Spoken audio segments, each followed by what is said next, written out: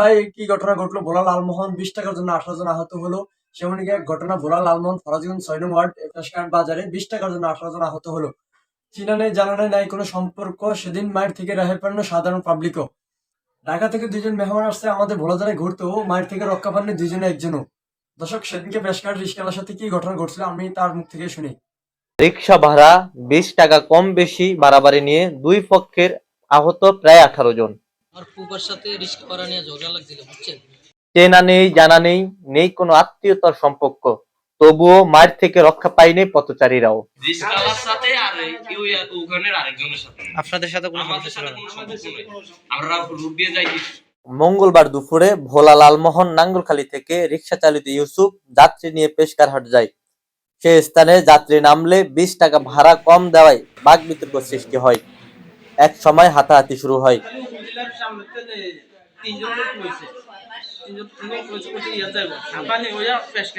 একজন মাতার বাড়িতে নামছে আর 2 জন সাঁতানি হইয়া ফেসকাট হইয়া ফেসকাটের খুব বেশি যায় না, অল্প ভাড়া 50 টাকা। এখন না ফুপাই আমগুলো কইছে কত কইসার পর আমরা গেছি, ফুপারে পিটাইছে, আমরা গেছি জিজ্ঞাসা করতাম।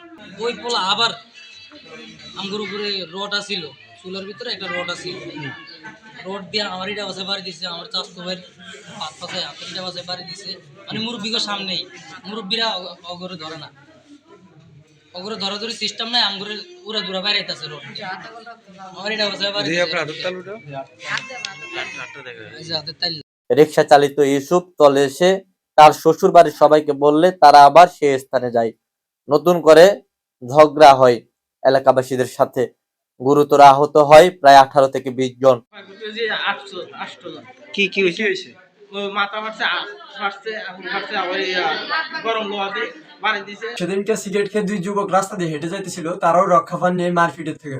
শুনছিলাম যে মারামারি হইতেছে, কার সাথে, কিসের মারামারি? রিস্কালার সাথে আর কারোদের সাথে মারামারি। তো বাজারতে শুনে আমরা সাইডে দিয়ে হাঁটতেছি বাসায় যাবো, ওর ব্যবস্থা আসলে তো নিছে, তোর ধরে আমি বাসায় নিতেছি।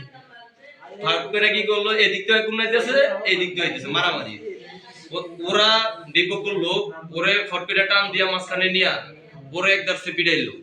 লাস্টে আমি ওরা গুলোর ভিতরে বাইর করতে গেছি, আমার এগুলো নাই, আমি এখন খারাই গেছি, মানে জামা কাপড় তো পরা কিছু দেখা যাইতেছে না।